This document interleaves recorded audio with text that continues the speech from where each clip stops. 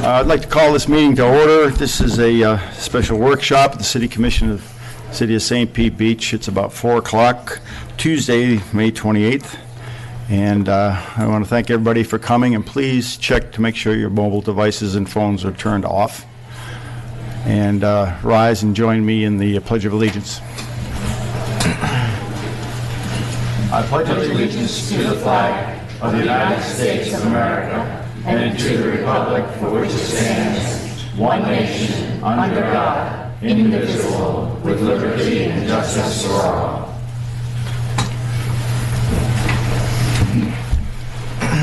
The City Clerk do the roll call, please. Vice Mayor Finnerty? Here. Commissioner Izzo? Here. Commissioner Frizzolowski? Here. Commissioner Pletcher? Here. Mayor Johnson? Here. We have quorum. Okay, can we encourage the people outside to be quiet? What we'd like to do here, first of all, this is a workshop meeting, which means that it's for us to discuss the issue at hand and get input from the residents. However, it's not the time that we get up here and entertain all kinds of discussion. It's not a give and take. It's not a town hall, if that makes any sense to you. What we will do, let's start by, give me a raise of hands. How many people want to speak today? That's not too bad. No, that's not too bad. Everybody outside, They're too? waving their hand out there. Outside does. There's only 5. Okay. Okay, thank you.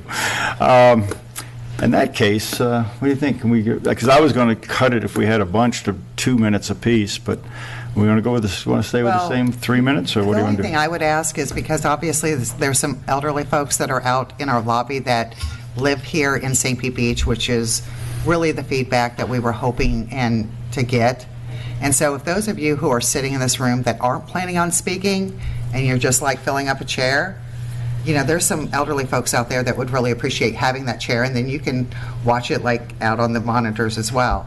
But to me, we've got some elderly folks out there, and it's just breaking my heart. If that's as few of you that are actually speaking today, it would be nice to let some of our elderly residents be able to have a seat. Yeah, the deputy at the door is keeping track of the number of people. The fire marshal has a limit for the room. Sorry. That's okay. I'm watching, you know, elderly people out there going, that's not right. I'm not going to speak. We can remove those PSTA stickers. Mayor, are we going to have any discussion ourselves before we... Yeah.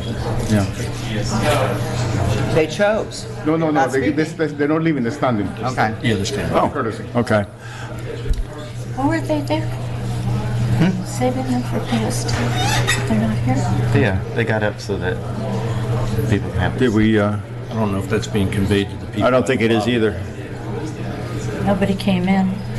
Did anybody come in? No. Well, here comes one. They're working through the crowd. The questions of the commission, I guess for the city manager as to where we are. I know the issue was the interlocal agreement, but let's, if you would, give us a rundown on where the thing stands so everybody be on the same page. Sure, Mr. Mayor. And when it comes to the interlocal agreement, I will be answering questions in relationship to that. The PSTA and their consultants are here if you have questions about the PSTA or the entirety of the BRT project, because that is their project, not the City of St. Pete Beach project, and they are the best equipped to answer questions about the project itself.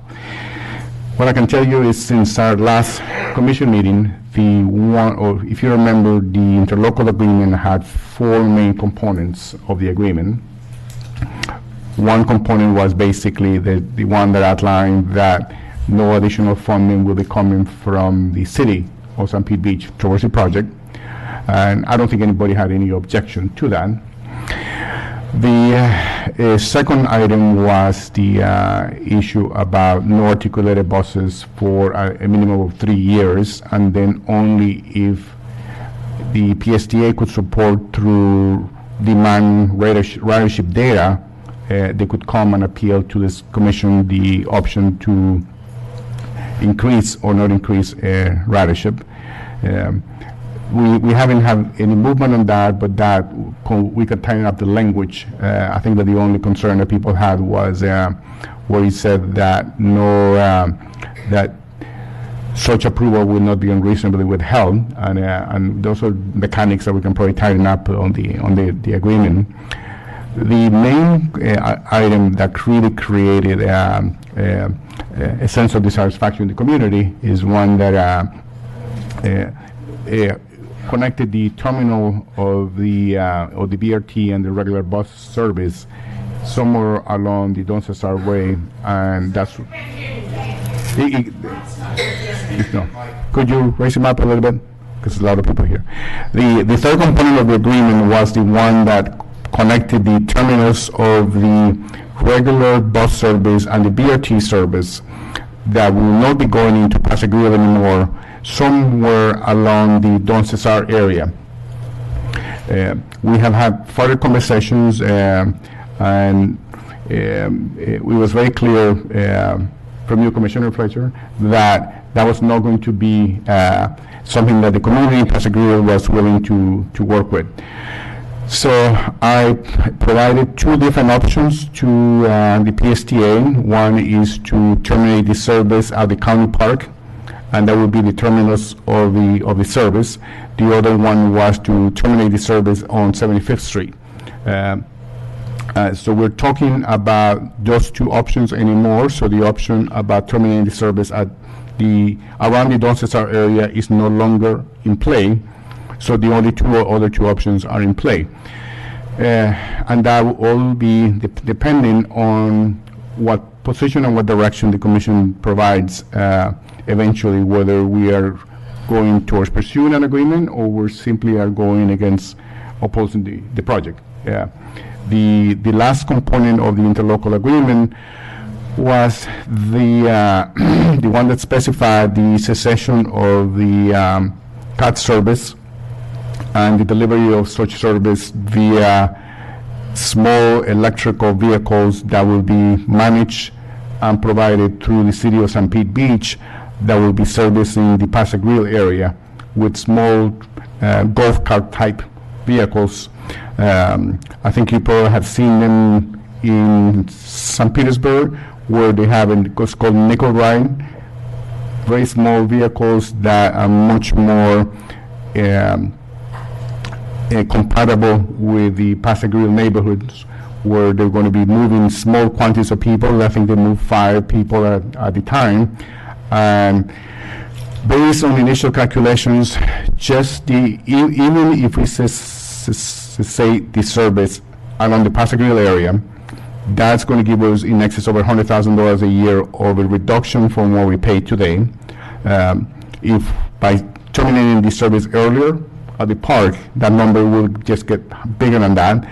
But based on the conversations that we have had with 2 different possible providers for the service, with $100,000, we got plenty of money to support all of the different trips that will be going into Paso Grill, and we still have money left over. So that component, I feel strongly that we can have a better, much more customized service at a savings to the city.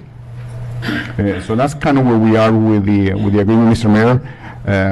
At this point, if there, I know that the entire commission have begun a lot of questions from residents related to the rest of the project, and those are better addressed by the PSTA consultants and staff that are here to answer any of those questions. Okay. Anybody want to go? Yeah, Start? I got a question. Appreciate the clarifications. In addition to those, one of the main concerns that residents have is the total number of buses on the street.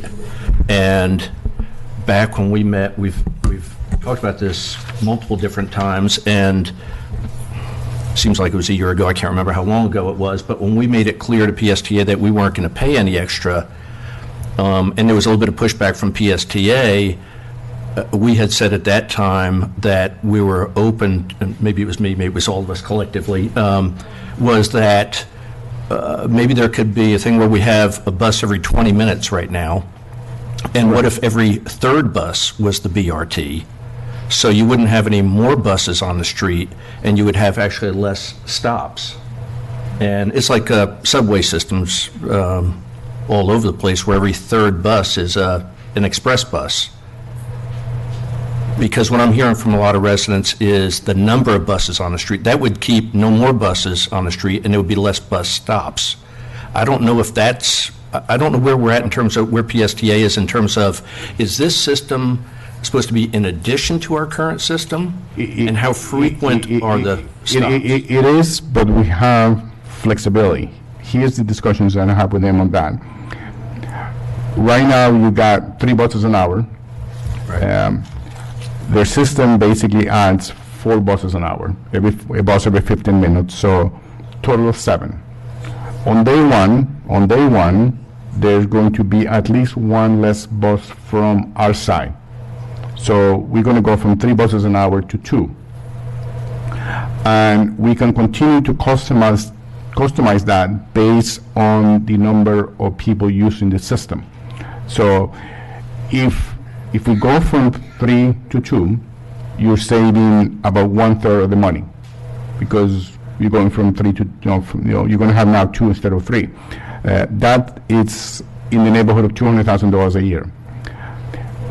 If the ridership is not there to support 6 buses, we can continue to reduce our side of the ledger. So we can continue, because that service, those other 2 buses an hour, we're contracting with the PSTA and paying for them.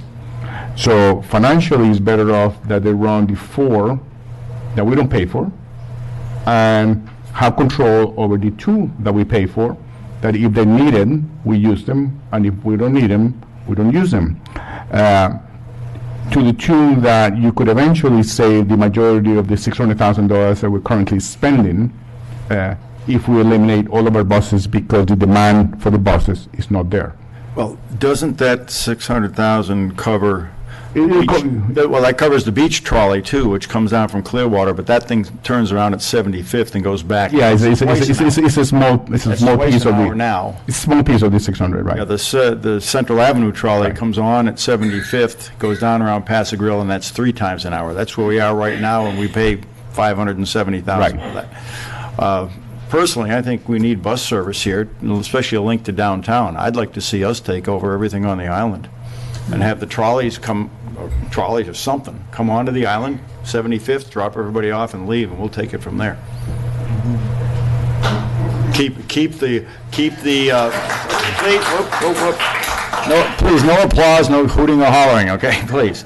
But, and if we kept the trolley that came down the beaches, that now goes as far as 75th and goes back, that would cover everything from 75th north in the city, just like it's being covered now. Right. The rest, we take over. There'd be less transfers too, because that's one of the There'd issues. be only one transfer, and then the rest would be taken over by things like, like free beach ride, nickel ride. I mean, there's several suppliers. Several that do suppliers this, for that. all with electric golf carts, which are more in the nature of the size of this place. And it's a small island, We're 2.25 square miles, and we're stretched out over 6 miles. So do the math. So I don't see, first of all, I don't want to see us have any more buses on the street, and I certainly don't want to see, people staying home and not riding their bicycles because of the bus traffic out there. It's bad enough with the cars, So how do we get there? That's Wait, what I'm looking for. I'd like to add something. Sure, go Maybe ahead. we could merge that with South Pasadena, since they've already signed That is true. a proposal, and we could go all the way up to First Avenue to pick up people and come back. It would serve both cities. The only concern there is that I know that, at least with nickel ride, their little carts will do 35. Yeah. And that's where they're confined to an area of just 35 mile an hour or lower speed limits in St. Petersburg. Here, we don't have an island, on this island, we don't have a speed limit over 35, so we're good. South Pasadena has a 40 mile an hour, maybe outside their city limits. At Park Street on up to the First Avenue South is 40. That's where it changes. But that's an excellent idea. I mean, So it'd be 2 cities combining our finances to create something that would serve both. Well, and I think that one of the situations, I think, when we look out for just us, we're looking out for our residents, and 98% and I'm saying 98 because it seems like it's 100%, are asking us to sign the resolution to stop the BRT. And my quandary has been, if we sign that resolution to stop the BRT, how vulnerable does that put us if the BRT ends up coming? We've lost all of our negotiating in order to have the boundaries set forth. So that's why looking at the county park, because there's a traffic light right there, and looking at 75th Avenue are real valuable options in order to still be a part of controlling the impact that it's going to have on the beach. And when we have construction going on, that we're going to be having construction for the next 2 years, we're going to have the undergrounding utilities, we're going to have the sewer expansion piece, we're still going to be working on the Blind Pass project till 2020, July 2020, I think. So it's going to be pushing all that traffic onto there, that any bus service, I feel like, at this point, is too much. It's not the right fit for our little Gulf Boulevard. And so before we get into traffic studies, pedestrian safety studies, ridership numbers, and all of that, looking at just keeping it super simple and minimizing our risk to our roadways in St. Pete Beach, that if we follow the community's direction, we would be signing a resolution to stop the BRT.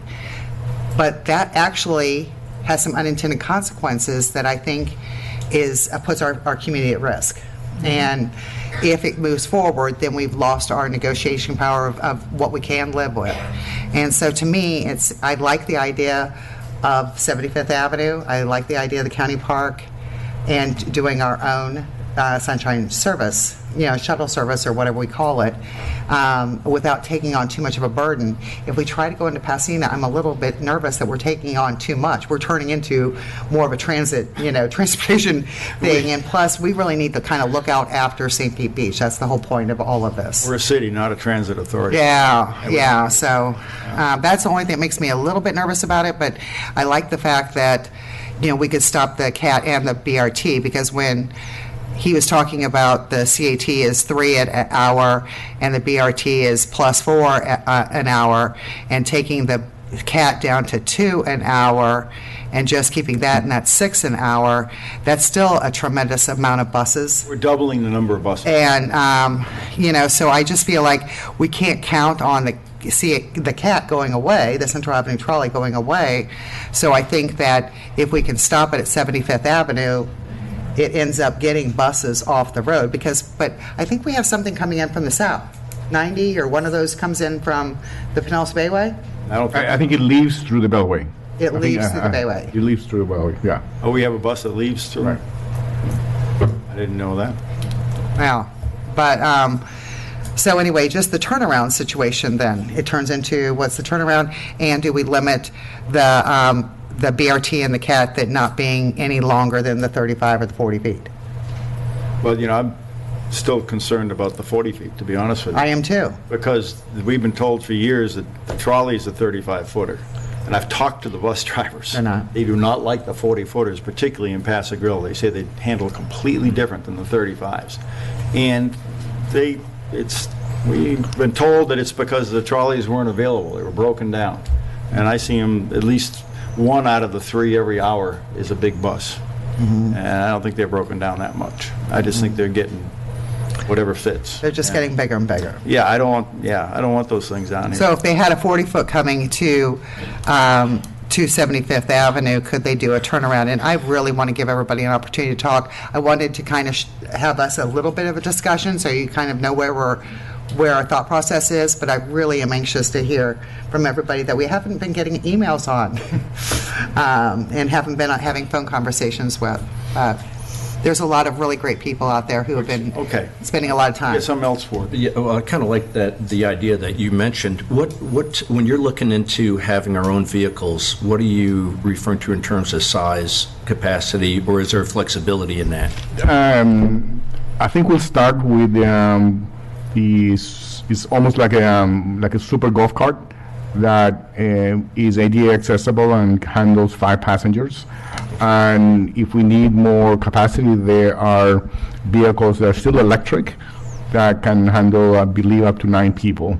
So my goal is to start with a limited service area, see how it works, how it works best, and then begin to expand that eventually to the entire island. I think, Bella Vista and everything else will also benefit from these little trolleys bringing people up into Gulf Drive, whether you're going to the beach or you're going to restaurants along the corridor, to make it eventually an island where you can really be dependent on this internal transportation to do a lot of short trips.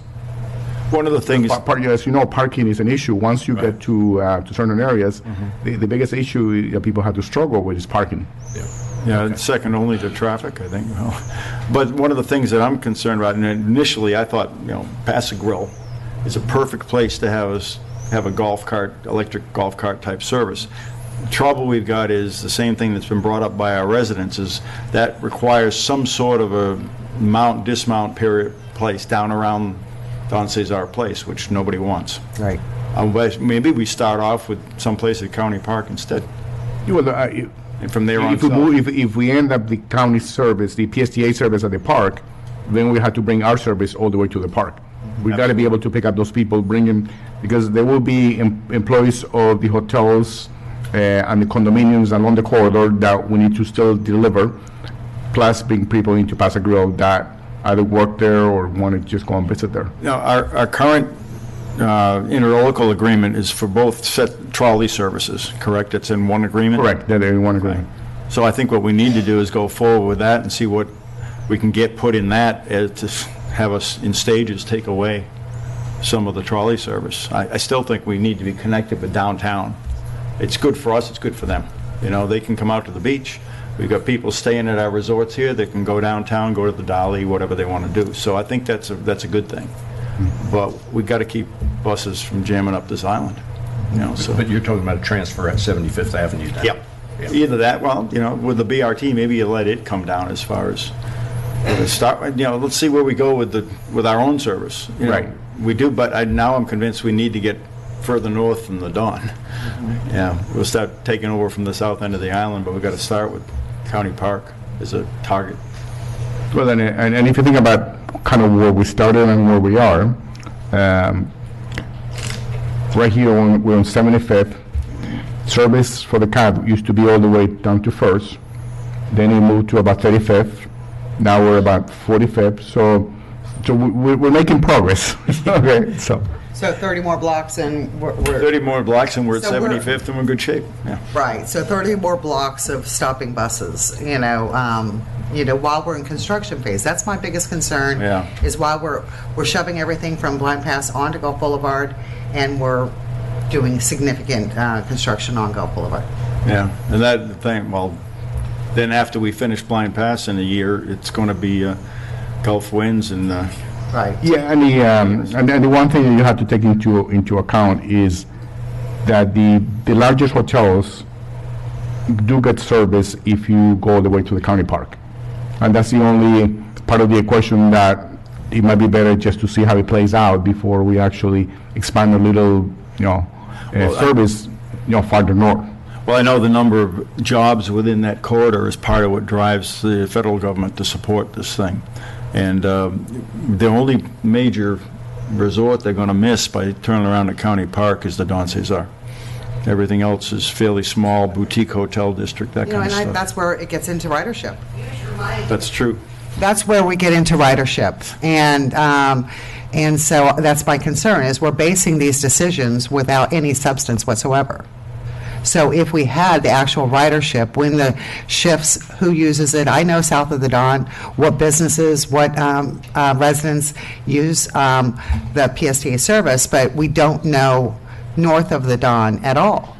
And so what is right sizing for the employees of the trade winds or the employees at the Don Cesar or anywhere else, for instance? I mean, yes, there's an abundance of workers, but we also have, are they using mass transit? Well, that's one discussion we had early this week. What was it? No, it was last week. Yeah, with the trade winds, they've got 1,000 employees, and they offer them a free bus pass to come to work if they need it. And they've only purchased 41 passes. So that tells you how many people are using it to commute to work. It's not a lot. Now, granted, maybe, would it change if it's free already? I mean, you know? Yeah, it's free. So, yeah. Anyway, why don't we, you guys got anything else? Any subjects? Okay, good. Any questions for the staff, for the PSTA? I don't have any questions for PSTA. I think, unless they want to correct something you've told us it was wrong, Alex. They can talk to you about the project if you want. That's purely optional from the commission. You can do that before or after, whatever you guys prefer. I guess other than correcting anything that we've talked about up here already, I'm okay. No corrections jumping to the mic, okay. Well then, why don't we start taking audience comments? Who's first? Do we have a sign-in sheet or anything, or no? No, we do not. Okay. We only have one for outside. Oh, okay. Okay. Oh, you I signed up. Is there a sign? Oh, you did. Oh, you're doing? Oh. By the way, when you get up here, we are, because, why don't you, I signed in outside. you signed in outside, okay. I was here like 2 hours before. I know you were. I'll tell you what, let's do this. Identify yourself, come tell us where you live, what your name is. You got, I didn't see all that many hands, so I'm going to let you have 3 minutes and see how we do for time, okay? Okay, Tom Rask, unincorporated Pinellas County. One thing that opponents and supporters of this project all agree on is that you are here today to discuss whether you support the BRT project. That's what ABC Action News reported. That's what Car Free St. Pete said on their website. They will be discussing whether or not they support the BRT project. If you enter into a local agreement, any commissioner decides to enter into a local agreement, into an interlocal agreement, is supportive of the project. That's the simple fact. Because if you thought this was a bad project for St. Pete Beach, you would oppose it, and you would not enter into a interlocal agreement. 5 years and 1 day ago today, this commission voted on Greenlight Pinellas. And one of the whereas clauses in the resolution from back then said, whereas the public transportation service hours and frequencies provided today are inadequate to serve the population and workforce of Pinellas County, resulting in overcrowded buses and limiting future economic growth potential. 5 years and 1 day ago today. Well, no one would argue today they're overcrowded buses. The economy's been pretty good in the last 5 years. So I would hope that those commissioners who voted for this or otherwise supported it would reflect on that and think, you know, did I make a mistake, and try to make a better decision this time. I wrote a primer yesterday at the request of someone else just to help people to get up to speed on this bus project. I believe you all have a copy of it. One of the commissioners brought it in. Yes, we do. Yes. And I go through and I try to lay out PSTA's history, how they got here, what I see is really going on. And I know that this primer might upset some of the commissioners. They feel that they've been thrown under the bus. But I didn't mean that as a joke, actually. But there is a group in Washington, D.C. called the Tax Revolution Institute. And I've listened to what they said. I didn't really accept what they said first, but I think they have some good points to make. They say, don't settle for access. Don't settle for access to your elected officials. Engage in power politics because nothing else works. 3% of the voters is all you need to control every single decision your local government makes. Politeness is a strategy electeds or politicians use. Don't accept it. Pressure the people you like, especially the people you like. So today, if you go ahead, I urge you to to pass the resolution opposing the project. If you think it's a bad project for St. Pete Beach, oppose it. If you think it's a good project, then enter into an interlocal. Thank you. Thank you. Who's next? Who wants to get up next? Please. No applause, please. You hold your applause. Let's keep this quiet, please. Thank you. We're going off of this? All right. Good afternoon. What's your name and where do you live, sir? Stephen Hurstveld, 1200 31st Street, St. Petersburg. I've been hearing a lot lately that there's going to be a reduction in lanes on Gulf Boulevard. Raise your hand if you've heard that. That's wrong. They've been lied to. So many of the people in the room here tonight have been lied to, and I think a lot of you need to reflect on that and who's telling you this information. But I do have a lot more to talk about with y'all. I'm here because I think it's very important that we are investing in what we're looking at 30 years in the future, and not what's going on now, not what's going on 30 years ago. The development pattern of Pinellas County is, very reflective of the 1950s and 60s suburban development patterns that have given us the congestion and gridlock that we're all fighting today. A study from the University of Michigan showed that in 1996, high school seniors, 85.3% of them had their driver's license. In 2015, that had dropped 13.8% to 71.5% of high school seniors with their driver's license. The drop was steepest in the Southeast United States, where in 2016, 88.6% of high school seniors had their driver's license and 71.2% in 2015. That's a reduction of, it's more than double the number of non-licensed high school seniors. That just goes to show the changing times. Between rideshare, transit options, the walkability of our downtowns with the increased density that is inevitable, because most people in this room had kids. So we don't need to be investing in the same sort of car infrastructure we always have been. It brings me to another point, and you'll hear a lot tonight about how these buses are subsidized by the government, by our tax base. Well, less than 50% of road maintenance and construction is covered by vehicle registration, tolls, and the federal gas tax. So roads aren't exactly a for-profit project from the government either.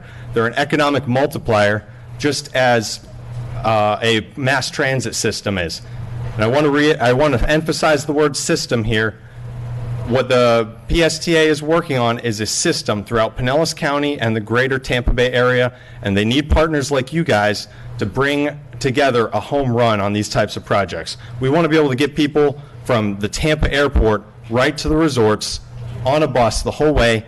The rest of the country's doing it, and I don't want us to be left behind. None of the homeowners here want their property values affected in a negative way in 30 years. Thank you. Thank you. Okay. Who's next? Good evening. Good evening. Jim Proctor. I live in Bella Vista, and all the talk about numbers and ridership, I thought I would find out for myself after last meeting I spoke. And so I jumped on a bus the 21st, the morning of at 7:30 at the bus stop right below Gigi's on 44th Ave. I was the only rider on the bus until we got to up at 55th. We picked another rider up and went on up to the 75th exchange. Then I had to wait, and just 10 minutes while the bus driver walked around. And a lot of people, no one's mentioned part of the thing, if someone would take the time at one of these bus stations or stops, because over the next 2 days, total of the 21st, 22nd, and 23rd, I rode 14 buses for 15 hours from Bella Vista to Paso Grill to the Grand Central at 33rd and 34th to the pier downtown, back up and around. The next morning, I took the 90 bus, which Ms. Fletcher has said if ever a bus were added, 4 workers would probably come from there, because in 2 days I had seen no riders. One bus that I got on was the 90 bus. It had 15 people. The majority worked at the trade winds. They had the Hawaiian shirts on. They got off, and it was me again to 75th. So, anybody that wants to have the opportunity to ride a bus it is there with the number of buses now as far as more. I mean, if anything, I like your idea of less buses, but because not one bus was even, buses hold 31 people. There's 31 seats. And then there are stand-up hoops, okay, grab hoops. I think it's a non-starter. I mean, there's no reason to go there. You can clearly see by the turnout of this meeting that the majority of the people that put you all in office and live here, and we have decided to make this our home. We don't want it cluttered up. And the people that, you're talking about going to electric vehicles, that means they have to build a transfer station down at Cabrillo to go to those electrics. So you're going to, and after spending an hour at Grand Central, the big circular on 34th, I don't think I don't think that's what they want right below the Don Cesar, and all the people in those condos that are over $800,000 a unit kind of did not bargain into having a bus transfer station. And so I just think y'all need to think about this. There's no big rush to get buses as far as the construction coming up for the sewers. Okay. It's going to be horrific to get up and down Gulf Boulevard when that happens. Okay. So thank you. Your time is up, sir. Thank you. I'm sure probably pretty much in agreement. Everybody said nobody rides them. Well, it's a proven fact. One of the things that you might have not realized when we talked earlier is that we've really taken any kind of a transfer station or anything around the Don Cesar off the table. That's not going to happen. So okay, thank you. Next.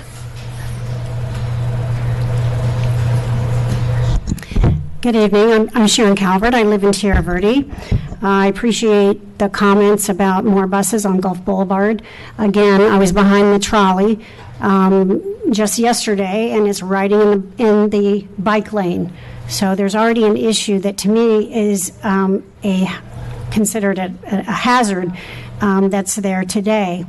But this project, and I think Tom made a good point of, if you sign an interlocal agreement with PSTA, you're supporting it. Well, this project has been just kind of a mess from the beginning. When PSTA got the $500,000 in 2015, at the end of 2015, to study this BRT thing, it was for a $16.5 million BRT along a 10 to 14 mile corridor. It has since morphed into 22 miles and $42 million, and the cost will only continue to grow up. There's something wrong that we're at this point in this project after being 2 years in the federal FTA grant queue, and we're sitting here talking about this mess. So, whenever you have a mess, you should never jump into anything. And I hope that this body will step back away from this, because PSTA has been operating in a tenuous financial position now for a number of years. They really do need to get their own house in order before, in my opinion, we start handing them a lot more money. So what I would ask you to do is to reject the interlocal agreement and oppose the BRT. Thank you. Thank you. Good evening, sir. Hi. Pete Franco, South Pasadena. I just live right over the bridge here. Thanks for letting me speak. The main thing I came tonight was to just encourage y'all to sign the original opposition proposal that you had worked out. I left a copy of it. The interlocal agreement that you're working out, I get it that there's quite a bit of stuff in there that has to do with what you guys want or don't want, but it's a separate issue. These are two separate issues. I've spent a lot of time, so over in South Pasadena, not only is this opposed, it is opposed across the board. And I've spent more time than I'd like to actually going around and asking the businesses, to include here in St. Pete Beach. I spent a lot of time here. Nobody wants this except for PSTA and some of downtown St. Pete. It is not wanted. In addition to the stress that it puts on Gulf Boulevard, not taking lanes out, but just a whole lot of a lot of extra buses if they did it this way, You got 2 other cities, I know they're not your cities, but that will have lanes taken out, to include South Pasadena and St. Pete. They don't want it. We don't want it. It causes massive hardship. So, again, I would support you in doing the initial opposition proposal. I think someone had spoken that when green light got presented here, there was, I think, the wrong judgment to support it. Here's a chance to get it right. Nobody wants this proposal. Lastly, I think that there's a great article that's in the Gabber this week by the gentleman that owns the winery, and that really lays it out pretty good. I'm supportive of public transportation, but if PSTA is going to push this kind of stuff and not listen, maybe it is time to go to a model of privatizing, okay? So the people need to be listened to on this, and not do something that's going to take out lanes and put a whole bunch more buses on Gulf Boulevard that are needed. Thanks very much for listening. Thank you. Maybe we should have gone to 2 minutes. Huh? Thank you. Yes. Hi, I'm Good evening. Laura Otto, and I live over on 440 64th Avenue. So, sorry, I live on 440 64th Avenue. I moved here 7 years. This is nothing prepared, and I don't about buses and technical stuff. I'm going to tell you, I moved to St. Pete Beach 7 years ago. After you can see how old I am. It was a childhood dream of mine, and I moved here. And I lived 385 feet from the beach. And then I would walk or ride my bike at that point.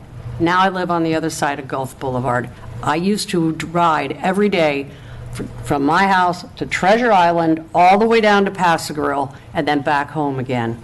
And I no longer do it because the streets are not safe. They are too crowded. Those buses come by even now, and you're just like, okay. It's not good. The other thing is if you went to the beaches this weekend, the roads are one issue. Our beaches cannot support any more people.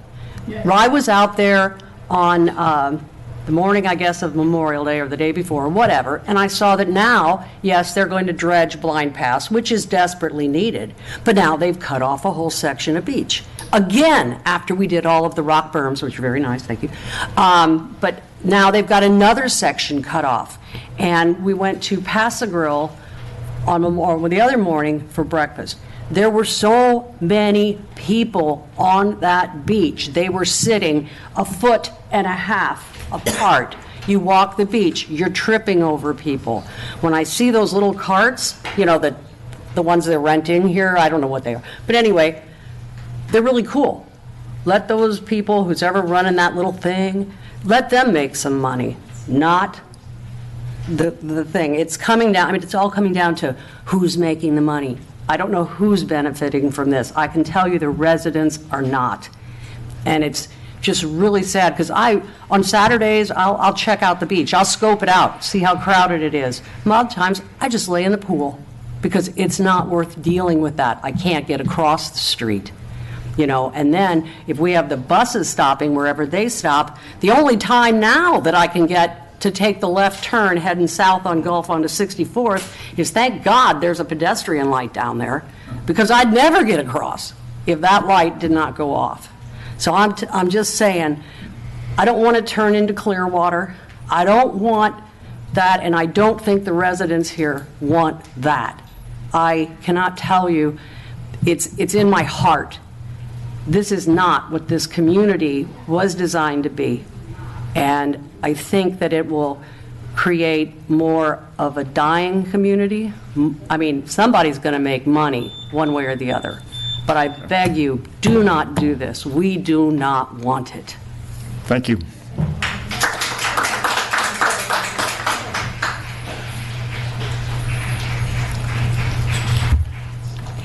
Good afternoon. My name is Vivian Fuego. I'm a homeowner in Pass-a-Grille. Thank you for this opportunity to listen to us.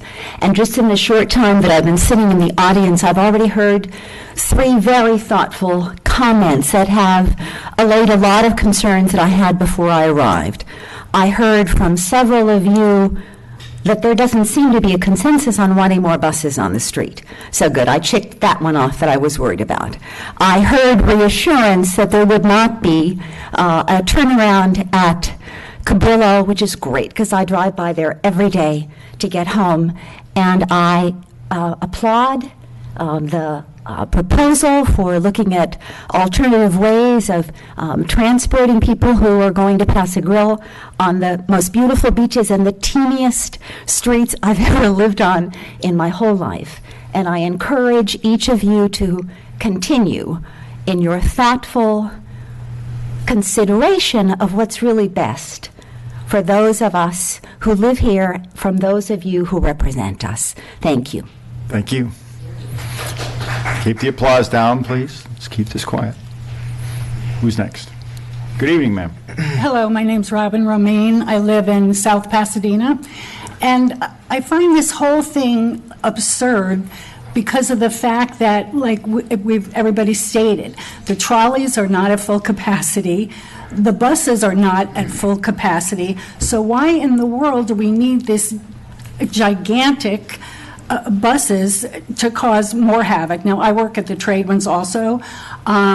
Sunday, I was pulling my hair out as I drove bumper to bumper down Gulf Boulevard. It must have taken me 30 minutes. I thought I'd be late for work. I just find this whole thing ludicrous. So I hope, and I applaud the mayor. I think you had some really good ideas. Originally, I came up to speak because I thought, why can't we just fill out a form and say yes or no? I didn't realize there's some options, so I do appreciate that. And I'm very glad that everybody I've heard so far is in agreement, and I hope you all consider that. Thank you. Thank you. Next. Eileen Gunther, 111 10th Avenue. I just wanted to make you all aware, in case you were not aware, that the bus stations for BRT have to be, they are a specific type of bus station because in the BRT system, the fare is going to be purchased not on the bus but at the pay station. So these stations that they're going to be building, even if it's at 75th Avenue, is going to be a pay station. It's going to have a machine like an ATM, and anyone that wants to ride the bus is going to have to, I hope they're not going to accept cash, because then that brings in armored car service, which is more congestion, and it brings in the criminality along with similar to a freestanding ATM. But I'm assuming that they're just going to go all electric, although that's not stated on their webpage. That'll just be debit and credit card. But it is a pay station. There's not going to be any money on the buses that is going to be handled. So please consider that as, even if you allow BRT to come into or onto Gulf Boulevard, if that's the way you're going to go, because these stations are not interchangeable with the stations that are already there. They have a uniqueness to them, and it's going to be it's just going to be a whole nother ball game. I like the idea that was brought up today, and perhaps I heard it before, of just really stopping all the buses that are PSTA related, whether it's Central Avenue, Suncoast Trolley, or BRT, if that goes through, at the 75th Avenue station, and allowing St. Pete Beach to simply address their needs and just have a privatized bus service come down Gulf Boulevard. They wouldn't have to turn around because maybe it would be acceptable and quiet enough to pacify the residents in Paso Grill that have to listen to these buses from 6 o'clock in the morning till midnight running down the canyon, all day, 7 days a week. So thank you very much. I hope you consider that with the pay stations. Thank you.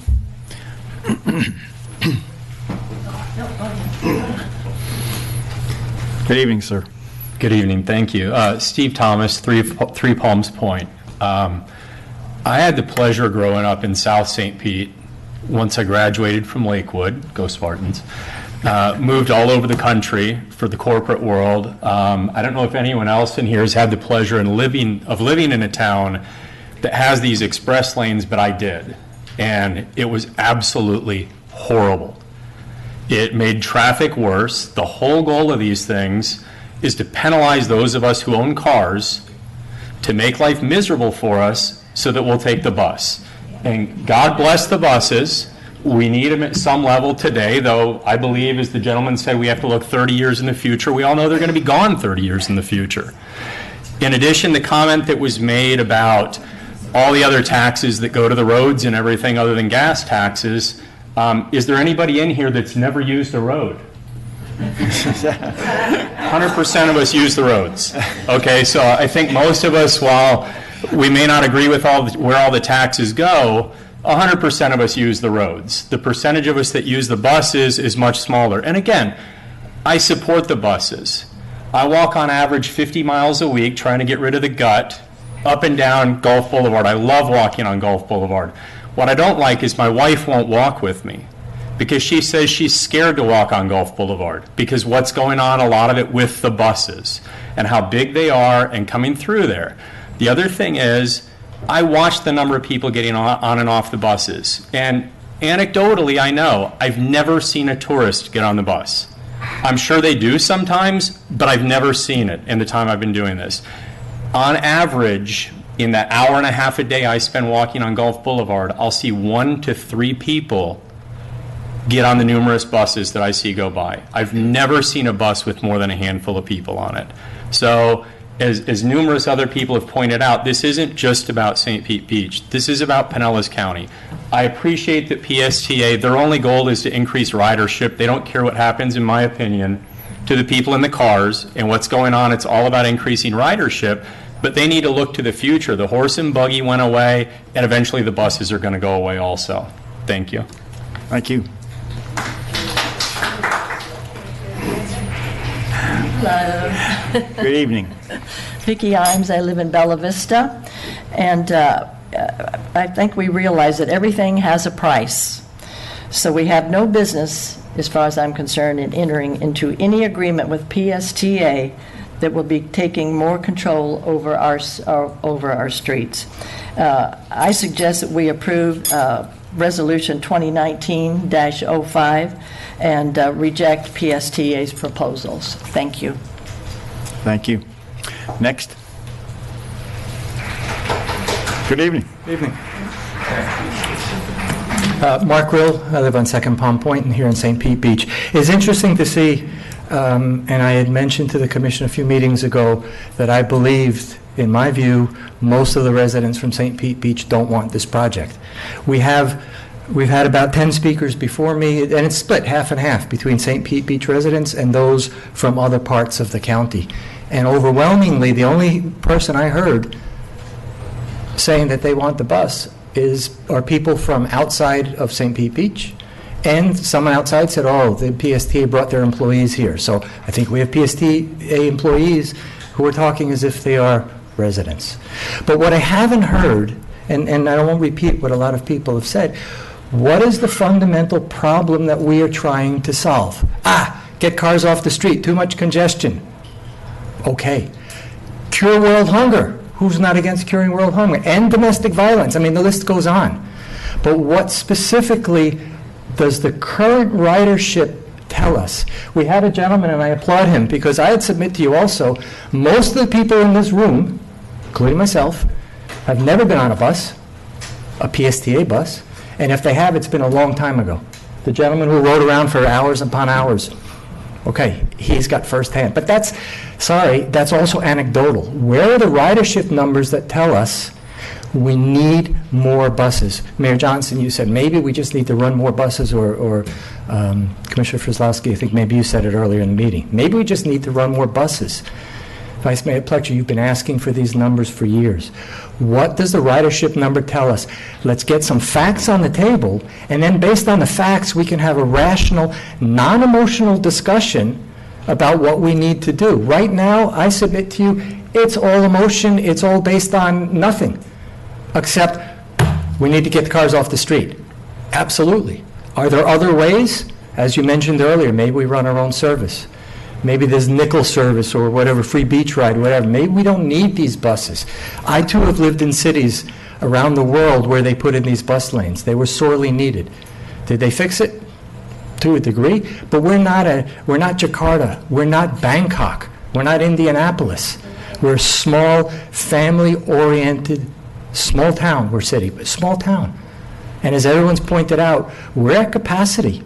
Do we need more people? What, again, back to my fundamental original question, what does the data tell us, the facts, so that of the problem that we're trying to solve? I think we put the cart before the horse. We're talking about an agreement and signing an interlocal, giving away land, all this other stuff for the last couple of weeks. Everyone's running around. We haven't defined the problem, except we need less traffic on the streets. We need to cure world hunger, too. Thank you.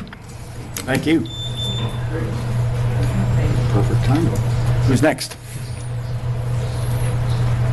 And I really have to lower it. Hi, my name is Julie Fuller. I live on Three Palms Point, and I'm here to tell you that if we needed additional buses out there, if the buses were empty, I think PSTA would have come to us and said, the buses are full, they're standing along the sidewalks, they're going to get hit waiting on a bus. We need to put some more buses out there. That's not the case. The buses are empty. We all know they're empty. I rode those buses until Uber and Lyft came out. Why would I want to stand there waiting on a bus, get on an empty bus, when I could just call Uber, pick up my app, and get into a car within 2 minutes and be where I need to be? If PSTA came to us and said, the buses are full, that's one thing. They didn't do that. They're saying we need more buses on your streets. I think they're here to serve their purpose and not to serve the residents of St. Pete Beach. All 5 of you commissioners need to listen to your constituents and say, no, we oppose this, and sign 2019-05 and not put any additional buses here. No transfer stations here. You certainly don't want a transfer station next to a city park if you want to even move it from Don Cesar. That is a city park where children play, and if you want to know what happens when they get off the bus there, I was an eyewitness to it with sheriff's office surrounding a bus. They're fighting and they have weapons. I see the clothing sitting around there. I don't know what they're doing at the bus stops, but there's children in that area. I also travel First Ave North and First Ave South 3 or 4 times a week. I do not want to lose my travel lane. We're going to lose parking, we're going to lose a bicycle lane most likely, and one of our lanes. They're going to paint it red and not let us ride on it. We oppose this bus line coming into our city, and we want you to listen to your voters. Thank you. Thank you. Who's next? Help yourself. First come, first serve. Come on. Thank you. Hi. My name is Peter Coleman. I'm a full-time resident of St. Pete Beach in Viña del Mar Island. Family's been here for 38 years. I've been a full-timer for a shorter period. I hear a lot of talk about buses or no buses. I don't hear any discussion about really what's the master plan for the community and what's the vision and what are the spill-on effects of, let's say, these buses do get full. I mean, particularly with respect to District 4 and Paso Grill, there's zero infrastructure to support people without mobility. People need toilets, they need drinking fountains, they need places in the shade.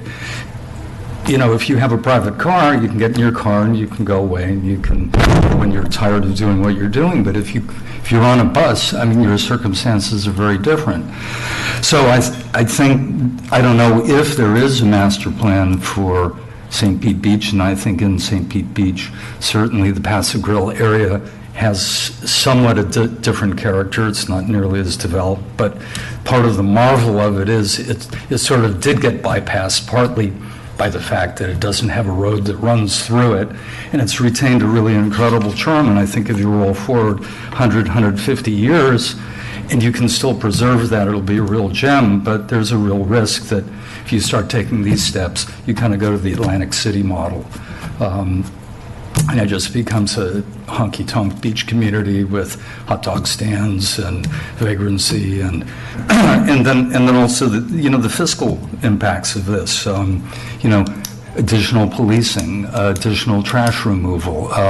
Where does all this come from? Does our property tax levy go up to support this because somebody has decided they want to put more people into this area in a way that where there's been an equilibrium until now. That's it. Thank you very much.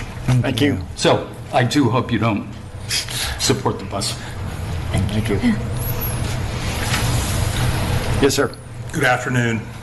My name's Marty LaFawn. I'm the president of Marina Bay Condominiums. I live at 3200 Gulf Boulevard. We're right between Cabrillo and 32nd Avenue, right in historic Paso Grill. I recently sent you on the 23rd where we put a resolution together for our 40-strong condominium units, opposing the BRT. You'd want to think about the fact that why isn't the city leveraging that the PSTA is not provided why we need the BRT? Why is it that we really need the BRT? Don't you think that they would become and selling you on the fact by providing the ridership data? You've heard all this. By providing the numbers, by providing the statistics, why we need this. They've not done that. How long have you been talking to them? 5 years. I would be thinking about that. And then the point I think that's really strong is that, no traffic data, no pedestrian studies, no hard data. But then the other one that just kind of irks me to no end is the fact that while they're dealing with you, they put you guys on the hook for $1.5 million. And then all of a sudden said, oh, no, not really. But they secured their grant money. And now they're coming back saying, no, you're not going to be on the hook. Been in business a long time. And when you have a deceitful partner, you need to take pause. So with that, I would urge you to listen to your voters and sign a resolution against the BRT as presented today by the PSTA. Thank you for your time. Thank you. Marty. Dr. Ed Carlson, St. Petersburg. The free ride industry is emerging with an app, and we didn't have this even 2 and 3 months ago. The nickel ride in St. Petersburg just went from golf carts to air-conditioned electric cars and offering service from downtown St. Petersburg to St. Pete Beach, the same as BRT would be. All right? Gulfport even has free ride. Free beach rides around Clearwater Beach and a free beach ride from Clearwater Beach to St. Pete Beach and back again. So you don't need to provide your own service. You need to invite private industry in that has an app. So if I have an app and I can ask Nickel Ride to come pick me up at Chamber of Commerce in St. Petersburg and take me to the Grand Resort to Spinner's Restaurant in an air-conditioned car, am I going to ride a bus? No. And so Uber and Lyft had a tremendous impact on public transportation across the United States. The free ride industry that's emerging is going to have an even larger impact. It started out in St. Pete, and then it went to 2 other cities in Florida, and now they're in 5 cities in Florida, and now they're expanding because they're a successful model. And so it's time for you guys to look at, you don't even have to provide your own service, just invite private industry in to do it. So you've got a new opportunity and a new possibility to work with. Thank you. Just to clarify that, we're not getting in the car business. We're looking at contractors, okay? So we're not going to go there. Yes. Hello, Marilyn Jansen. I live in South Pasadena. This project is a terrible waste of money and is unnecessary and is without a needs assessment provided to show this proposal to be of benefit to the residents, the visitors, and the workers alike. $30 million is a lot of money. That's our tax money. Please provide 3 good reasons why our money should be spent on this project when the citizens are opposed to it. We, the people, have spoken, and the answer is no. Thank you. Thank you. Hi, everybody. Good evening. What's your name? My name is Jill LaFond, and I've been living in some of your inboxes.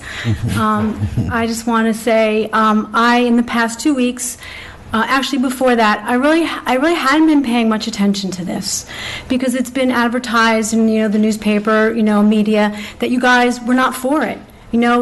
The PSTA misrepresented what the city's commitment was going to be to this, and it's been in the papers. So I really was not paying attention to it until 2 weeks ago. I got a call from somebody who had come to the meeting. They were expecting that resolution that was going to get signed because you guys had all agreed we're going to draft a resolution to oppose the BRT. And one of my neighbors had come to the meeting, and I got a phone call, and I started paying attention. Thank you for not putting the bus stop by my pool, because it would have been 200 feet from my pool on Gulf Boulevard. But I really dug in, and I've really been doing my homework. I've poured through the grant application because I've been hearing, well, we can't do this because PSTA says we need this, blah, blah, blah. How do we really know what they need and what they don't need? We don't even know what we need from a ridership perspective.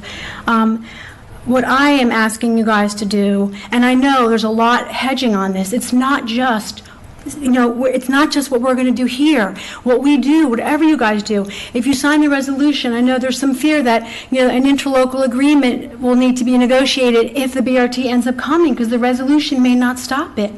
So what I'm suggesting is that we all slow down, and you sign a resolution that proposes it as currently planned, and then come up with solutions. I mean, I'm sitting out here, and you guys amaze me at how you get anything done with all these people sitting here watching you.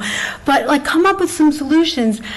I'm in District 4, and our commissioner has been very much talking with us. What do you guys think about this and that? I presume you guys do the same. Do town halls. Let's figure out an interlocal agreement that would take care of the CAT and anything else we have to do. And by the way, 90 goes all the way up and down Gulf Boulevard on both sides. And figure out an interlocal agreement. Maybe it would include some sort of BRT. Maybe the PST will get this through. I mean, from everything I'm reading, the chances of it even happening are not that great. So I would like to see y'all sign a resolution that opposes it as currently planned. And then we figure out what this city needs, and then we come up with something that's the best for the city. And I just want to say I applaud all of you because I'm going to get emotional here. You guys do a ton of work. I've learned for the way you guys were compensated. I'm sorry that comes up, but run for county commission, man, because they do a lot better than you guys. Thank you so much, everybody. Thank you.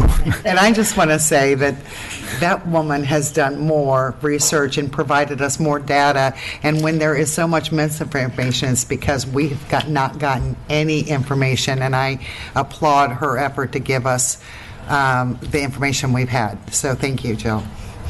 Thank you. Good evening. Hi, Barb Hazelton, and I live in St. Petersburg. And I just wanted to piggyback on what Jill said, just to add that stalling could not be working to our advantage, because they do have a grant application that is going through the paces in Washington, D.C.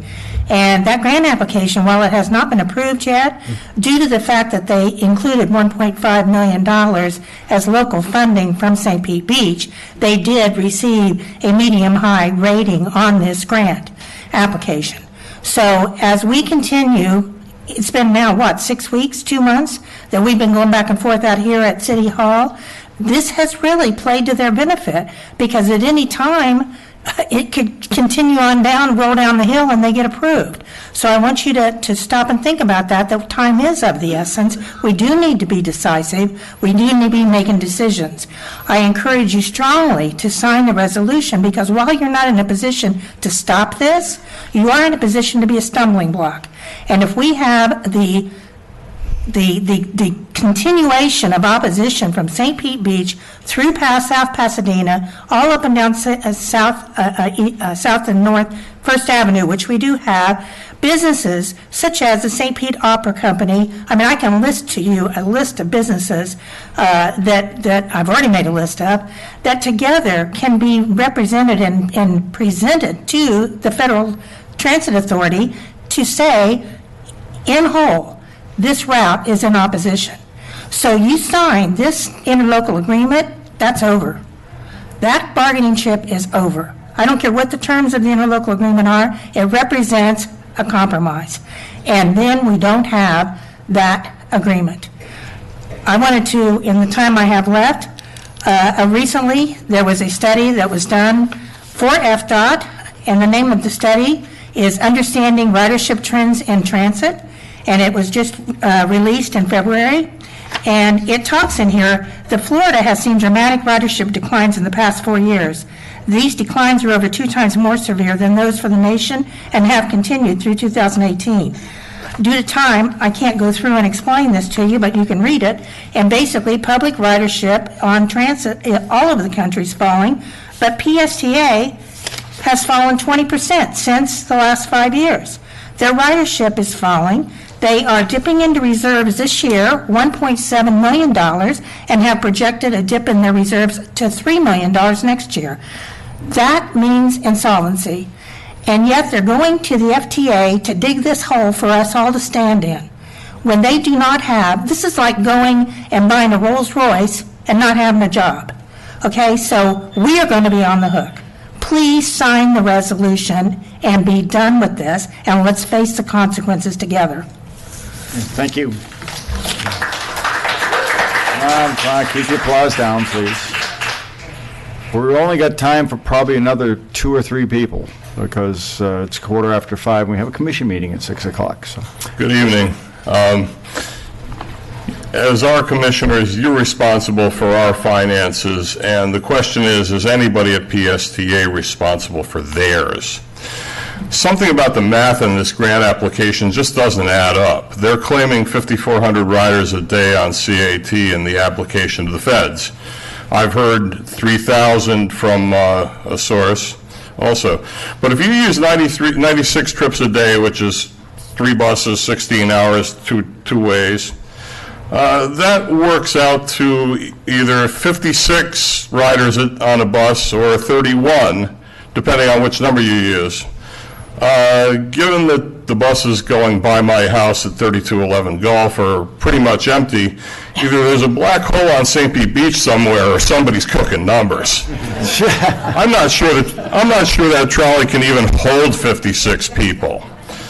And the last speaker said that PSTA is burning reserves to finance its current operations. This grant, there's no operating money in this grant after the capital part's over with. Is it realistic to expect they're going to make money on this route? I don't think so. That means they're going to burn their reserves even quicker, and once they're insolvent, guess who they're coming back to for the money? All of us. Why is it that we have to ferret out this information? PSTA doesn't seem to be particularly forthcoming with data to support this. I don't believe they've shared it with all of you. And it just seems like we're swimming upstream trying to get facts to make an informed decision here. Your responsibility is to us and to the be fiscally responsible with our money. And I just feel it's going to be irresponsible to proceed on any agreement without convincing evidence that this route is necessary. If we can't fill 3 buses in an hour, what in the name of God are we doing with 6? I submit that the evidence of need here, it just doesn't exist. In the for-profit world, this thing wouldn't even get out of the brainstorming phase. Seriously, they'd laugh me out of the room if I proposed something like this to my boss.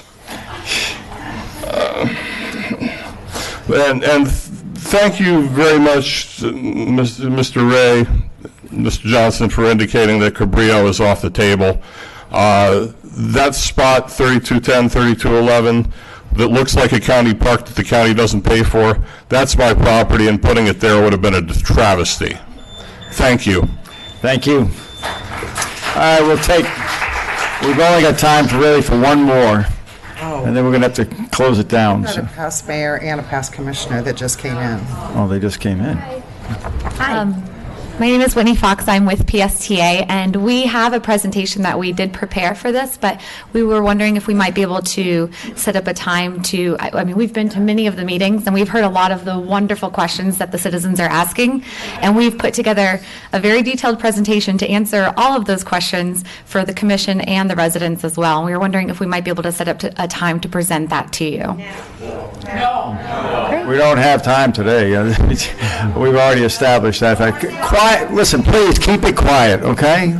Please, we don't need the audience yelling at us up here. And to add to that, we did bring a handout, just a one-pager with more information about the interlocal agreement, just to help, communicate that a little bit better to the If you residents. want to distribute that to the people, that's fine with us. Okay, great. And then Okay. we do have ridership information and things in the presentation. We'd love to share that information with all of you. Hang on just a minute. Wait a minute. Hey. Quiet. Damn it. Quiet. Thank you. Go ahead, Commissioner. Could I suggest that be emailed to us so we can review it ahead of time? And then if it's posted on your website, then the audience can also see it? We can also post it on our website, because a lot of people are interested in this information, Yes, so. We've got it electronically now, I believe, don't we?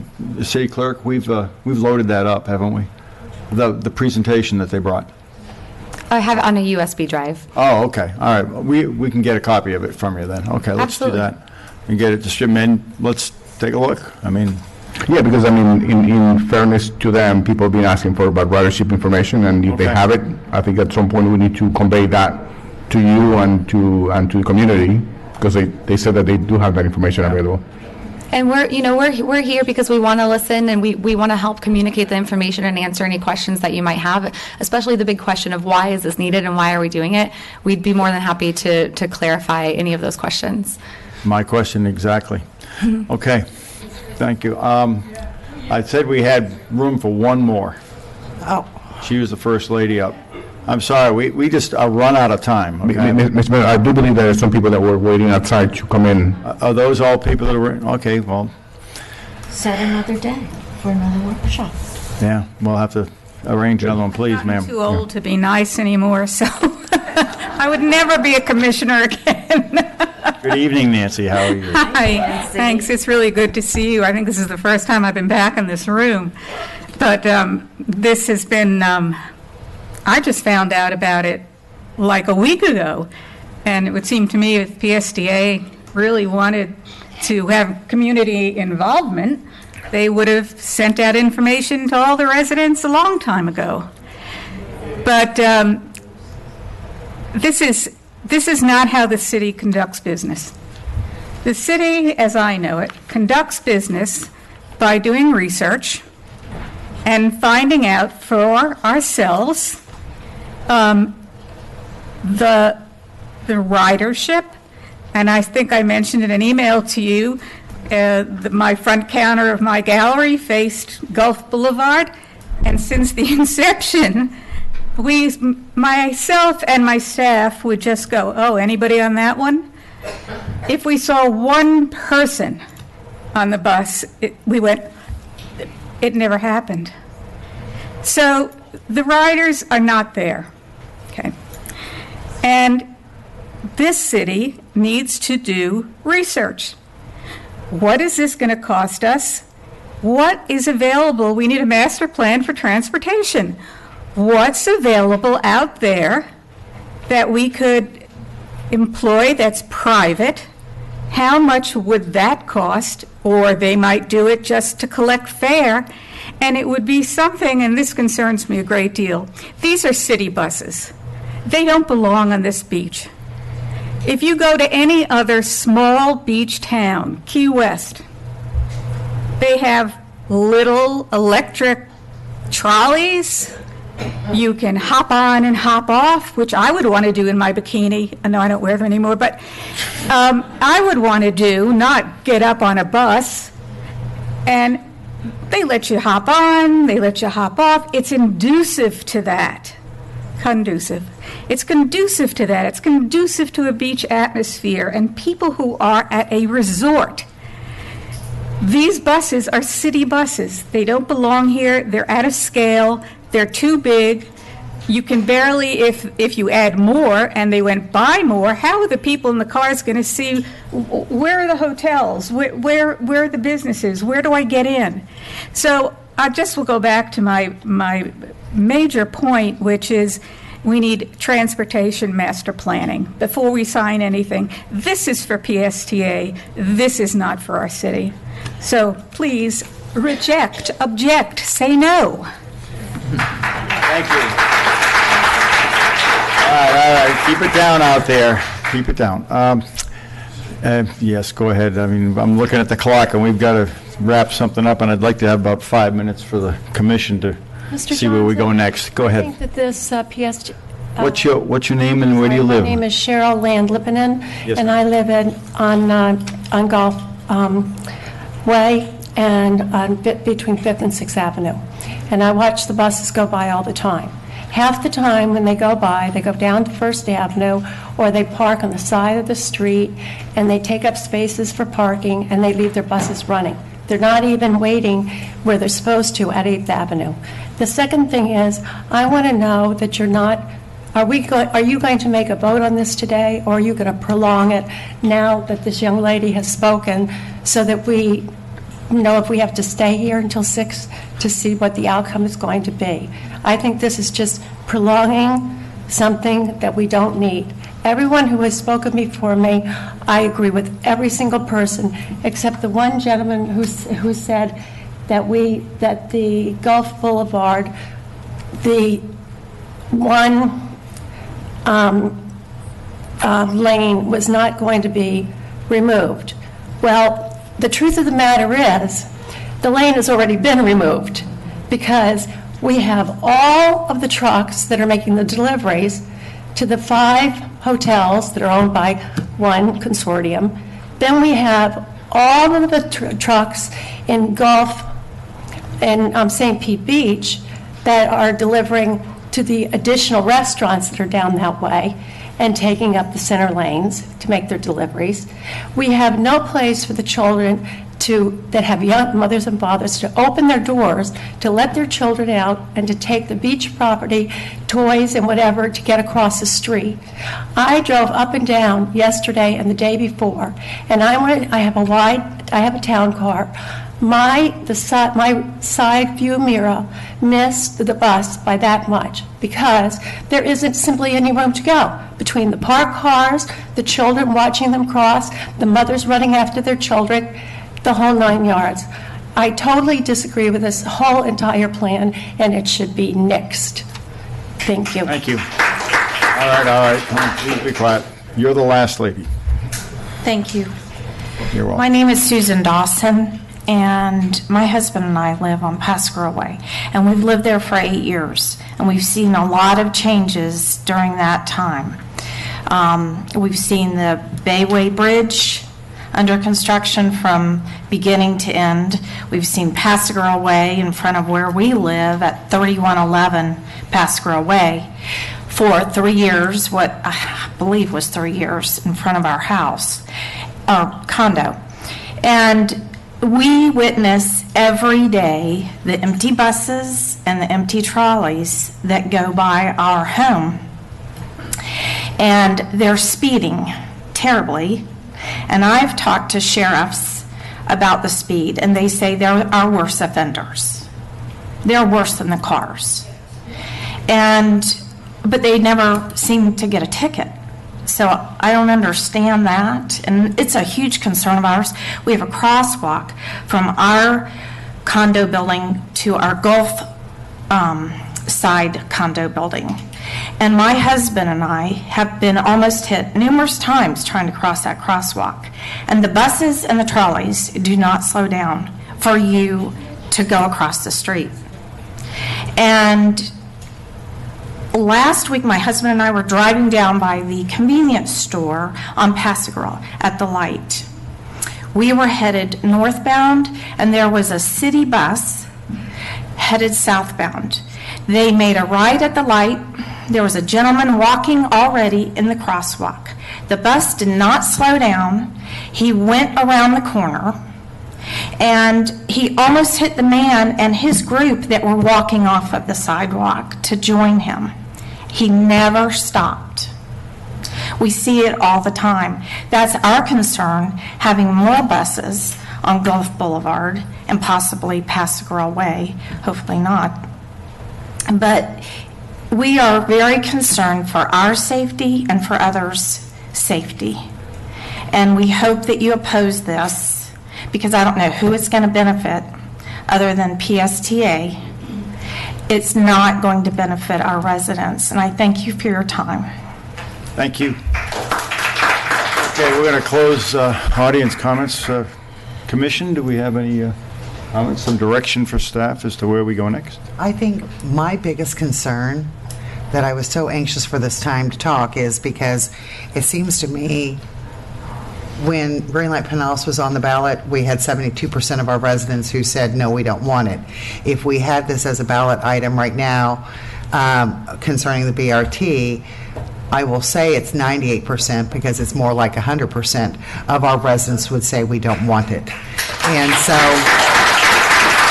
I know you're in agreement, but please. That means that we've heard you, and we also understand because we see the same elements that you're seeing. And probably one of our biggest problems is we do have a history. We do have a recent history and a long-time history of seeing those empty buses on our streets.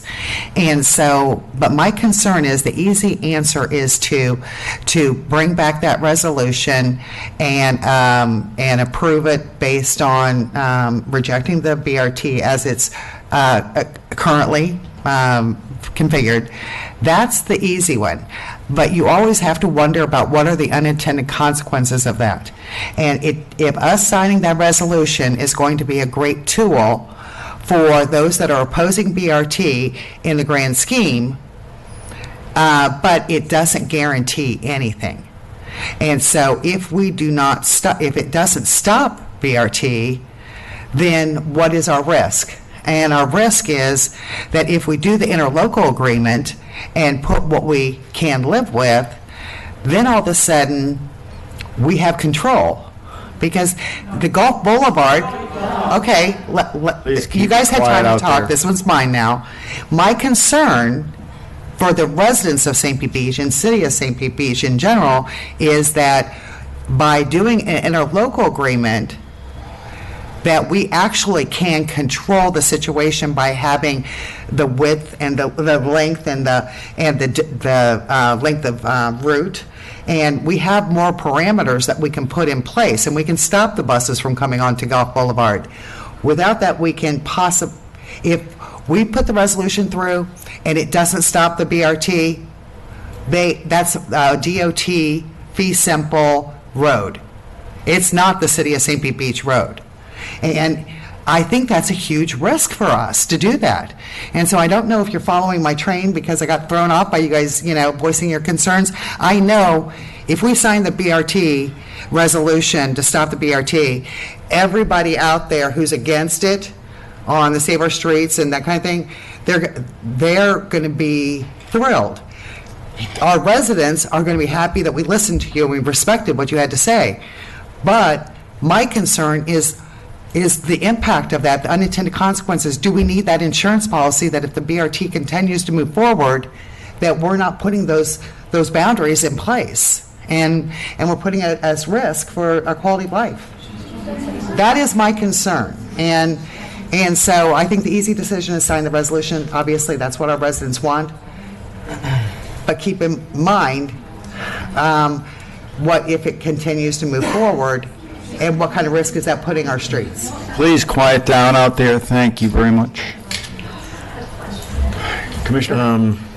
Well, I kind of, we've kind of resolved some of the issues in terms of no cost and the smaller buses and all that. Still, the big issue, though, I think, is the number of buses on the street. And I like your thought early on about us investigating having our own trolley system on Gulf Boulevard and then potentially just linking up to the BRT at 75th. That was actually one of the early discussions, was where does the BRT come to? And I'd like to see what that cost would be for us and how we can work together to make that happen, because I think that tends to solve a lot of the issues that I've heard from a lot of people. I mean, that basically takes all the buses off of Gulf Boulevard and Paso Grill. Please be quiet out there. Well, that was where, when I was, upset about the Cabrillo situation, our city manager said, what can you live with? And I drove down there and I looked at the whole situation, and the one gal who said the city park, it's not a city park, it's a county park. But one of the things is they need a place to turn around. Where else can they turn around on Gulf Boulevard? And that's when I thought about the county park, because Dolphin Village is right there. It's a very commercial area. And the traffic lights right there, they can turn around and go out. And then that way we can create our little summer, St. Pete Beach shuttle service or whatever that is from the county park south. But then I thought maybe the most ideal place would be at the 75th, but I didn't know how that would be able to be negotiated if we did it 75th, because they still have to turn around someplace, and then we would just do our shuttle service there. And I think our city manager said, if you could live with both of those options, let me go to the PSDA and see if we can negotiate it. So again, it's not necessarily the signing the resolution, the BRT resolution. It's looking out after our residents and what the concerns are, that they think that signing the BRT resolution is going to resolve. And that's not guaranteeing it's going to resolve anything. And so I honestly think that you went to the PSTA and looked at those, and I think feasibility-wise, those are nice alternatives, because even if BRT doesn't come through and it is stopped at the FTA, then it's not stopped at the FTA and it comes through, we've protected our residents and our streets. The only thing I'm concerned about with the turnaround at the county park, besides the issues right there, is that then in the northern part of our city, we're still going from 3 buses to 6 buses. And I mean, that's what I'm hearing from a lot of people, is concern about any more buses. Because we not only have construction coming up, but there's always a potential of something happening where occasionally we go down in one lane. Well, I think we ought to, first of all, I think we ought to 75th. Still keep I think we ought to keep the resolution on hold, just for now. But that's always hanging out there. What I want to do is, if somebody wanted to bring a BRT here, I think my answer would be, you get 75th, you loop around like they do now, and you go off the island. Get them here, get them off. Well, and I will add one more issue, is I talked to a super nice gentleman who said that he goes to Fit for Life and works out every day. Right across the street. Yeah. And there's buses that park there, and he talked to the city and said there's buses that park over on the north side of 75th. And so the city put up a sign and it just says, no stopping and waiting buses, no stopping and waiting for the buses. Well, then he went back to Fit for Life and there was a bus there. And so he pleasantly, tried to communicate that the sign says you're not allowed to, and it wasn't a very nice response. And so they were on the north side? On the north side. And so there's 1 or 2 buses that are on that side too. So I don't know. What my concern is making sure that they're where they're supposed to be and there's space for what they need. And if it comes, I don't personally, like I took Pasadena today before I came to the meeting, and it was stopped from Gulf Boulevard making that turn onto 75th. Traffic was backed up. I mean, things that happens even now. I can't imagine if they close down roads on Pasadena that it's not going to directly impact our residents as well. So I don't really care for the BRT plan, but I feel like in this situation we need to look after our residents, and how far do we look after our residents when it comes to the bottleneck that the lane closure on Pasadena is going to create. Remember, we have, I think, 170 households on the end of Harborside, which is, they get out into Pasadena, and they've been very vocal Coral about Point, 145. Yeah, that's your district. It's my district. So they've been very vocal. So what is your concerns about just going ahead and signing the resolution like we were planning to originally? I don't know that we want to pull that trigger yet. I don't either. I've been taking notes here since this began, and a lot of what I've heard is, what's the master plan for transportation? Nancy raised that. I thought that was an excellent question. Why do we need BRT? I mean, we're all asking that question, or at least our residents are. Just oppose it based on the plan that exists now, which I think is a good idea. Oppose it based on the plan that exists now, and we are to capacity. Do we want more people here? I mean, these are all really good questions this is for the commission. That were asked by our residents. And another thing is, how do we know that we need these buses? I thought that was a really good question. We need some effective studies done. We at least agree on that. Feasibility studies for traffic, we heard, for ridership, for safety. We've had 19 people killed on Gulf Boulevard. Let's talk about safety, my gosh. Crime and the actual cost. These are some of the things that I've been gleaning from what you've been saying. And I don't think we're ready to do anything but think more about this, gather more data if we can, because we have nothing right now to make our decision on. We really don't have anything to make our decision on. And it's really hard to sit up here and know what you want and know that we need to make the best decision for our city going forward. And I'm a true believer that very often bigger and faster is not always better. And I think that's one of the issues we need to look at. And I think that's what you have all been saying tonight, is bigger and faster is not always the right thing to do. But we need to have something to hang our hat on. We need to have some data to look at. Maybe the next We're just kind of hanging out here. Maybe the next step is to have PSTA come through with an open forum for, like a town hall meeting or something, show that presentation, answer the questions, because we have a lot of the same questions. This thing about studies, ridership. To me, it doesn't take a ridership study to look like Nancy Marco said, to see the bus go by, and do you see anybody? No. Yeah. So more buses? No, I don't think so. But can I add one more thing? Finish. I kind of dug this out of the archives. This is me, if you can't figure that out. And I wore this blouse because I'm in this picture with this blouse. But this article was written on October 13th of 2016.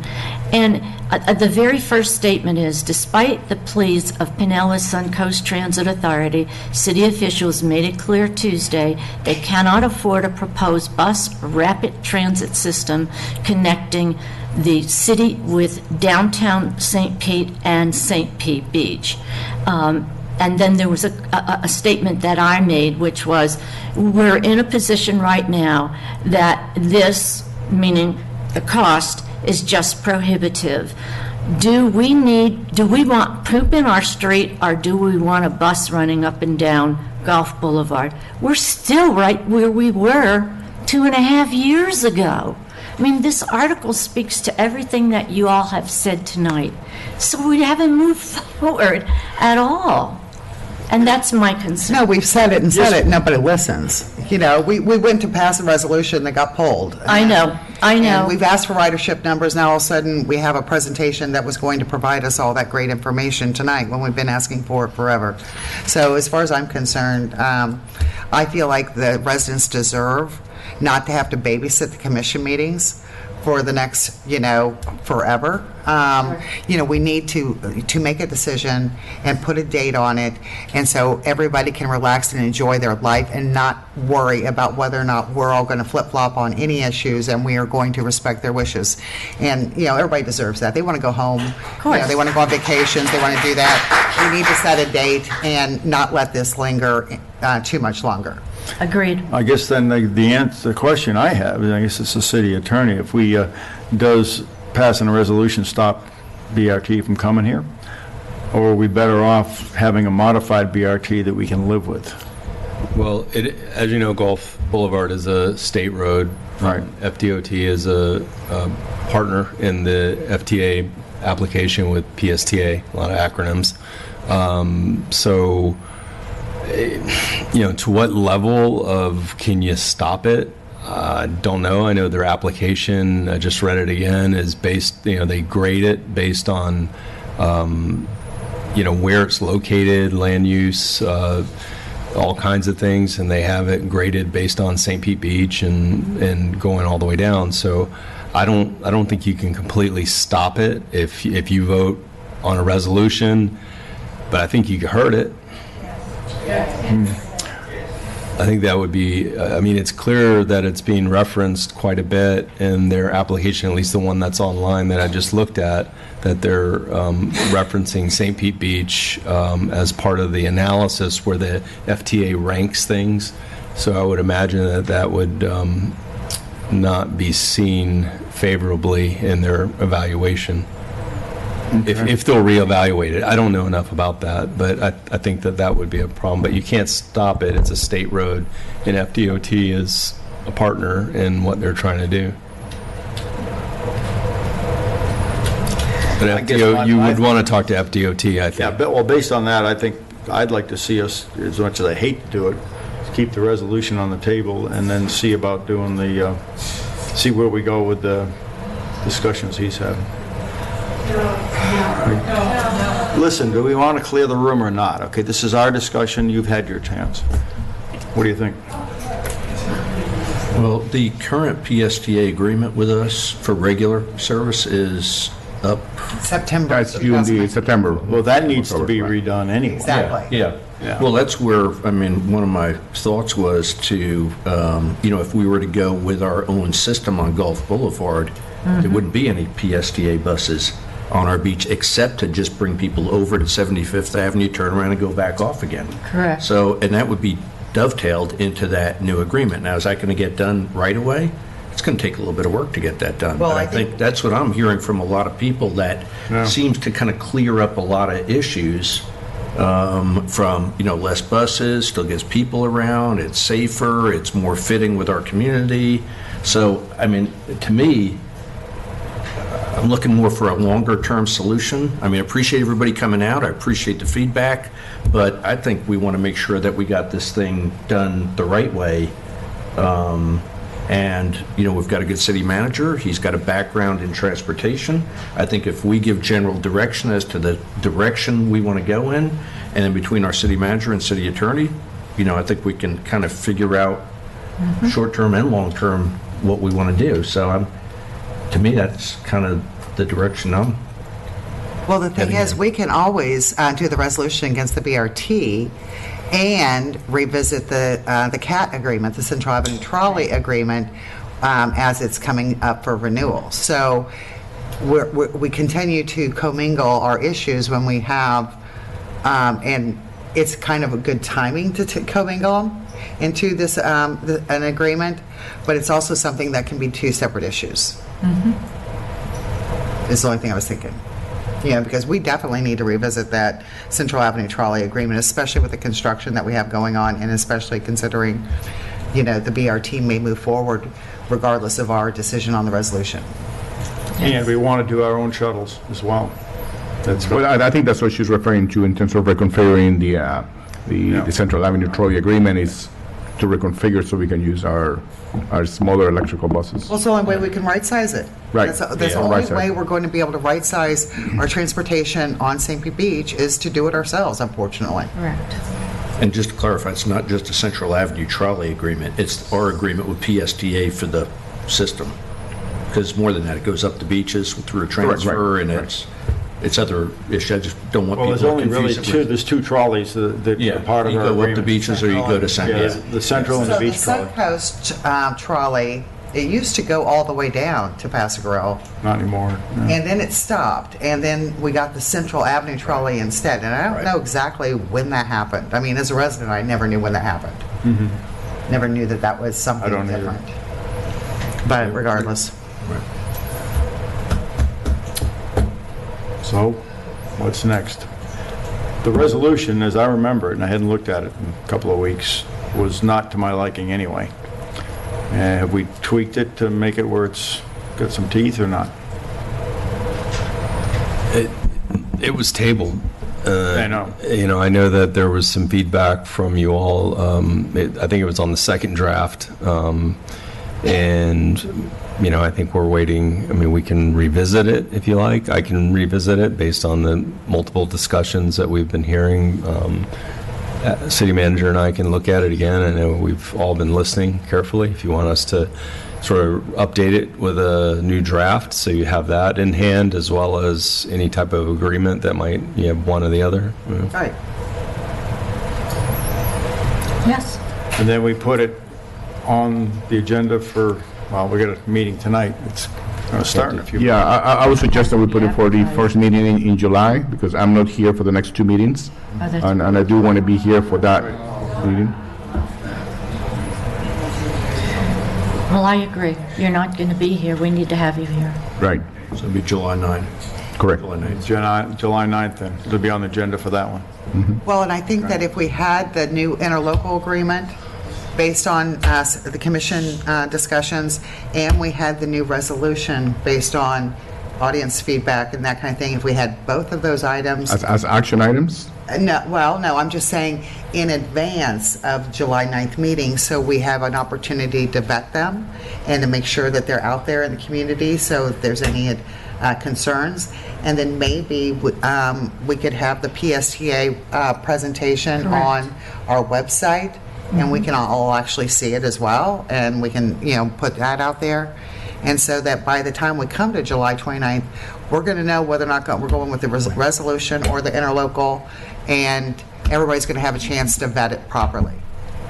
Correct. How about doing another community meeting so that they can give them the information, so everybody gets it presented to them rather than just... That's fine with me. Yeah. And you can do that in June. Yeah. Yes. Yeah. Well, while I'm gone. Right. We don't need to have you here for that. Right. Yeah. Right. I didn't want to sound like derogatory. No. I actually, you don't. This is their data. This is their justification to. Okay, So the one thing that we can assure everybody in this room, that we're not going to have the bus stop at Cabrillo. Yeah. Check. We are not. Check. Yes. We are not. Not happening. Okay. Right. Absolutely.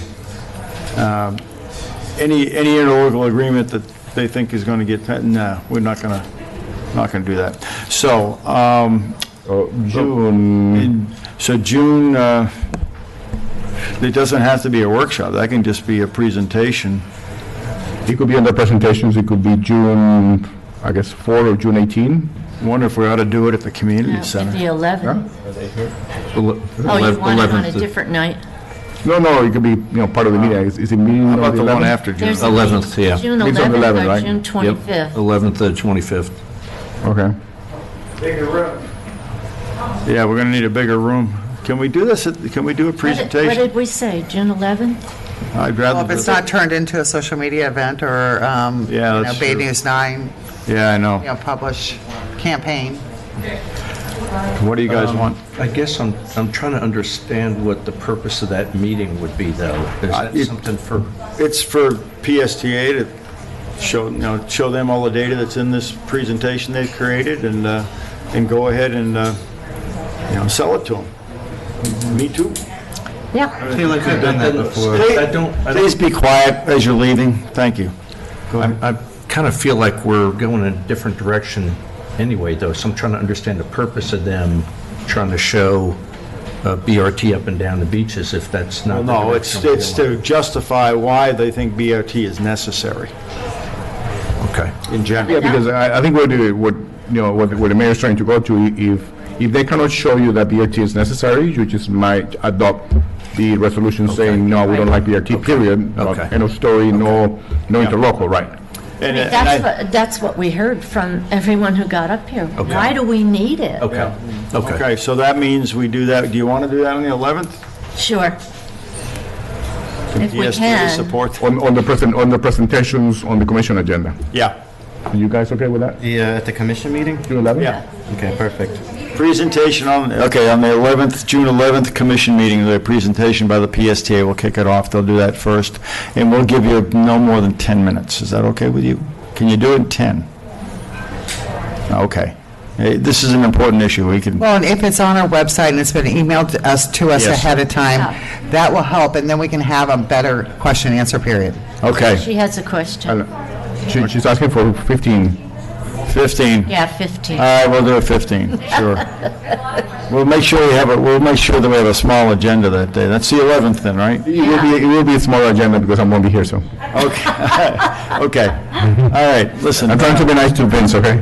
All right, thank you. I want to thank everybody for coming. Yeah, it's nice to see people getting involved. I mean, granted, it's kind of controversial, but by the same token, the more we can hear from you, the better we can do our jobs up here. So thank you for everybody's comments. Can I get a motion to adjourn? Or So moved. Okay, we're done.